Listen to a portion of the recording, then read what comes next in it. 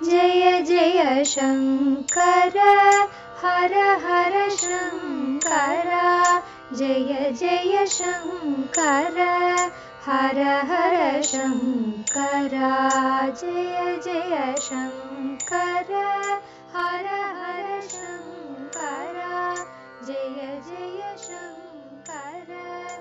சமூக தனி வாழ்க்கை நெறிகள் தெய்வத்தின் குரல் 3ஆம் பாகம். பரோபகாரம். திரவியம் தேகம் இரண்டாலும். கால் காசு ஐவேஜி இல்லாமல் தான் சிவன் சமீபத்தில் இருந்திருக்கிறார். ஆனால் அவர் பெயரிலேயே அன்னதான என்பது ஒட்டிக்கொள்கிற மாதிரி மகா க்ஷேத்திரங்களில் நடந்த மகோத்சவங்களிலெல்லாம் லட்சக்கணக்கான ஜனங்களுக்கு முட்ட முட்ட விருந்து சாப்பாடு போட்டிருக்கிறார். பரம தியாகியாக இருந்து கொண்டு கட்டின துண்டோடு ஊர் ஊராக போய் இவர் தனிகர்களை, மிராஸ்தார்களை, பண்ணையார்களை பார்த்து இத்தனை மூட்டை அரிசி அனுப்பு, இத்தனை தூக்கு புளி அனுப்பு என்று சொன்னால் அதை ஒரு பாக்கியமாக, ஆக்ஞையாக நினைத்து அவர்களும் அனுப்பிவிடுவார்கள். உற்சவத்துக்கு வந்தவர்களுக்கெல்லாம் வயிறார அன்னதானம் பண்ணிவிடுவார்.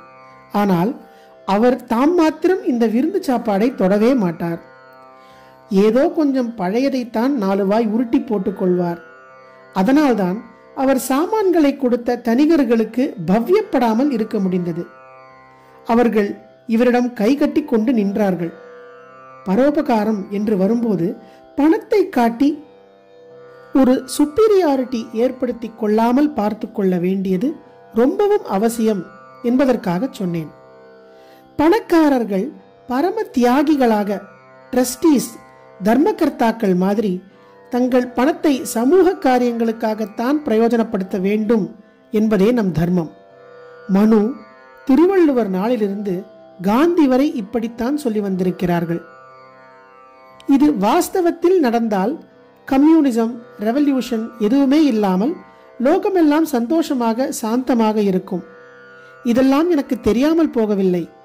ஆனாலும் அவர்கள் தாங்களாக தர்ம சிந்தனையை வளர்த்து கொண்டு பிரியப்பட்டு உபகாரம் செய்யத்தான் நாம் தூண்டுதலாக பிரச்சாரம் செய்ய வேண்டுமே தவிர அவர்களை போய் நிர்பந்தப்படுத்த வேண்டாம் என்று தோன்றியதனால் சொன்னேன். பாதி சீரியஸாகவும் பாதி விளையாட்டாகவும் சொன்னேன். இன்னொன்று கூட நான் விளையாட்டாக சொல்வதுண்டு. பொது காரியம் செய்கிறவர்கள் இப்போது முதலில் இன்னின்னார் நிறைய உதவக்கூடும் என்று லிஸ்ட் போட்டுக்கொண்டு அந்த வரிசைப்படி கலெக்ஷனுக்கு போகிறார்கள் அல்லவா? இதில் அநேகமாக ஏமாற்றங்கள் தான் உண்டாகின்றன. நாம் ரொம்பவும் தாராளமாக கொடுப்பான் என்று நினைக்கிறவனுக்கு ஏதாவது சிரமம் இருக்கிறது, அல்லது மனசில்லை, கையை விரித்து விடுகிறான், அல்லது மூக்கால் அழுது கொண்டு கஷ்டமாக கொடுக்கிறான். உடனே நமக்கு பணியிலேயே உற்சாகம் குறைந்து விடுகிறது. அந்த ஆசாமியை தூற்ற ஆரம்பிக்கிறோம். இதற்கு பதிலாக நான் என்ன சொல்கிறேன் என்றால், யார் நன்கொடை தரமாட்டார்கள் என்று தோன்றுகிறதோ அவர்களை ஒரு லிஸ்ட் போட்டுக் கொள்ளுங்கள். முதலில் இப்படிப்பட்டவர்களை போய் பாருங்கள். அவர்கள் கையை விரித்து விட்டால் அதற்காக நமக்கு மனசு தளரப்போவதில்லை. ஏனென்றால் இது நாமே எதிர்பார்த்ததுதானே. மாறாக அவர்கள் ஏதோ கொடுத்தாலும் கொடுக்கலாம், சில சமயம் அள்ளியும் கொடுக்கலாம். இப்படி கொடுக்க நேரிட்டால் நமக்கு உற்சாகம் கரை கடந்துவிடும். பணியில் இன்னும் தீவிரமாக இறங்குவோம். இப்படி என் வார்த்தைப்படி கொடுக்காமல் இருக்கக்கூடியவர்களின் லிஸ்டை போட்டுக்கொண்டு முதலில் அவர்களிடம் வசூலுக்கு போய் அப்புறம் கொடுக்கக்கூடியவர்களை பார்த்தவர்கள் பிற்பாடு என்னிடம் வந்து சைக்கலாஜிக்கலாக இதில் தங்களுக்கு ரொம்பவும் திருப்தியும் உற்சாகமும் உண்டானதாக சொல்லியிருக்கிறார்கள். யாசக கலையில் இப்படி பல ட்ரிக்குகள் இருக்கின்றன.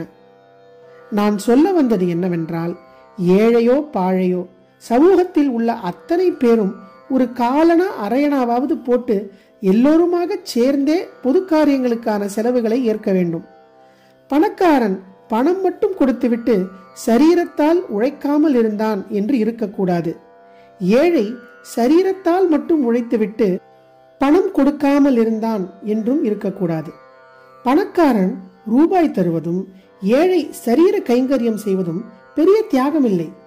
பணக்காரன் ஏழைகளோடு வந்து நின்று கொண்டு மண்வெட்டி எடுத்து வெட்ட வேண்டும். ஏழை தன் கூழுக்கு ஒரு மிளகாய் வாங்கிக் கொள்வதற்கு பதிலாக காலனா டொனேஷன் கொடுக்க வேண்டும். அதுதான் பெருசு. சோஷியல் சர்வீஸ் பண்ணும் போதே பண்ணுகிறவர்கள் மனசில் உயர்ந்து வளர வேண்டுமானால் செலவு, உழைப்பு இரண்டிலுமே ஒவ்வொருத்தனுக்கும் பங்கு இருக்க வேண்டும். சிரமதானத்துக்கு பலகீனர்கள் மட்டும் எக்ஸெப்ஷன், விதிவிலக்கு. எனக்கு தெரிந்த ஒரு பிராமணர் 2 தென்னமரம் உள்ள பூமிதான் அவருக்கு ஆரம்பத்தில் இருந்தது. அதில் தானே மண்வெட்டி பிடித்து வேலை பண்ணினார். சாஸ்திர பிரகாரம் பண்ண வேண்டியது எதையும் இதற்காக விட்டுவிடவில்லை. காலையில் எழுந்து அக்னிஹோத்திரம், பூஜை எல்லாம் செய்வார். அப்புறம் மண்வெட்டியும் கையுமாக போய் வேலையை ஆரம்பித்து விடுவார். அந்த வேலை முடிந்த அப்புறம் மாத்தியானிக ஸ்நானம் செய்து பாக்கி கர்மானுஷ்டானங்களும் பண்ணிவிட்டு சாப்பிடுவார். இப்படி தன் கையாலேயே உழைத்து 2 தென்னமர பூமியை தென்னந்தோப்பாகவே மாற்றிவிட்டார். பசங்களுக்கு இப்படி நல்ல பூஸ்திதி தேடி வைத்தார். நல்ல விருத்தாபியம் வந்த பிற்பாடும் 80-85 வயசு வரைக்கும் கூட தோப்புக்கு தினமும் போய் தன் கையால் வெட்டி கொத்தி வேலை செய்வதை அவர் நிறுத்தவில்லை.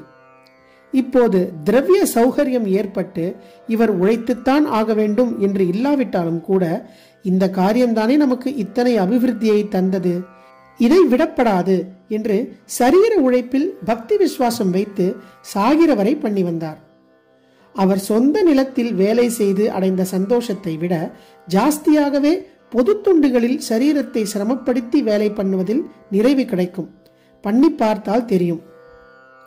கொஞ்ச நேரமாவது குளம் வெட்டுவது, ஆலயத்தில் நந்தவனம் வைப்பது என்கிற மாதிரி ஏதோ ஒன்றில் தேகத்தை ஈடுபடுத்த வேண்டும்.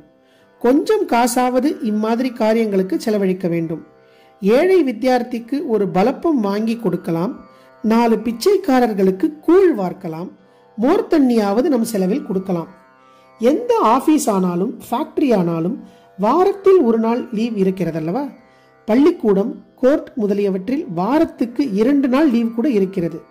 இந்த லீவ் நாட்கள் எல்லாம் பொது தொண்டுக்கு என்றே பகவான் கொடுத்திருப்பது என்று நினைத்து கூட்டாக சேர்ந்து சேவை செய்ய வேண்டும். மனஸ் மட்டும் இருந்துவிட்டால் செய்வதற்கு எத்தனையோ பணிகள் இருக்கின்றன. ஜாதி அம்சம் இல்லாத சேவை தேவை. நான் சொன்ன அநேக பரோபகார பணிகளுக்கு பணம் வேண்டும், உழைப்பு வேண்டும். அதோடு மத சம்பந்தமான விஷயம் தெரிந்தவர்கள் வேண்டும். அவர்கள் தங்களுக்கு தெரிந்ததை மற்றவர்களுக்கு எடுத்துச் சொல்ல வேண்டும். பஜனை பண்ண தெரிந்தவர்கள் மற்றவர்களையும் கூட்டி பகவன் நாமாவை பாட பண்ண வேண்டும். இப்போது ஊருக்கு ஊர், பேட்டைக்கு பேட்டை பஜனை கோஷ்டி இருக்கிறது. இந்த கோஷ்டிக்காரர்களே வார வழிபாட்டையும் மற்ற பரோபகார காரியங்களையும் எடுத்து நடத்த வேண்டும். ஸ்ரத்தையாக உழைக்கக்கூடியவர்கள், பண விஷயத்தில் நாணயமாக இருக்கக்கூடியவர்கள், இவர்கள் சுத்தமானவர்கள் என்று சமூகத்துக்கு நம்பகமாக இருக்கிறவர்கள் ஒரு 10 பேர் அங்கங்கே சேர்ந்து விட்டால் போதும். ஊர் உலகத்தில் ஒரு குறைவில்லாமல் பொதுநல காரியங்கள் ஜாம் ஜாம் என்று நடந்துவிடும். பணியில் சேர்கிறவர்கள், பணியால் பயனடைகிறவர்கள், பெனிஃபிஷியரிஸ் இரண்டிலும் ஜாதி என்ற அம்சமே இருக்கக்கூடாது.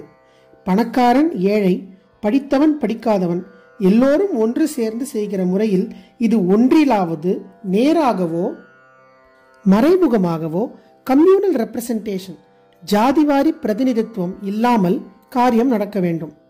ஜாதிகளை எல்லாம் ஒன்றாக்க வேண்டும் என்று ஆரம்பித்தால்தான் சண்டை ஜாஸ்தியாகிறது.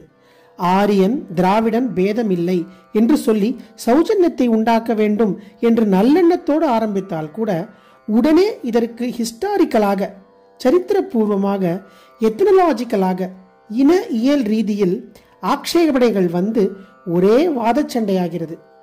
ஆனதால் வாதத்தால் ஒற்றுமையை ஸ்தாபிக்க எத்தனம் செய்யாமல், ஒற்றுமைக்காக பாடுபடுகிறோம் என்று கூட இல்லாமல், இப்படி பல பொது காரியங்களை எடுத்து போட்டுக்கொண்டு எல்லாரும் சேர்ந்து அவற்றை செய்தாலே தன்னால் ஒற்றுமையும் அன்பும் சௌஜன்யமும் உண்டாகிவிடும்.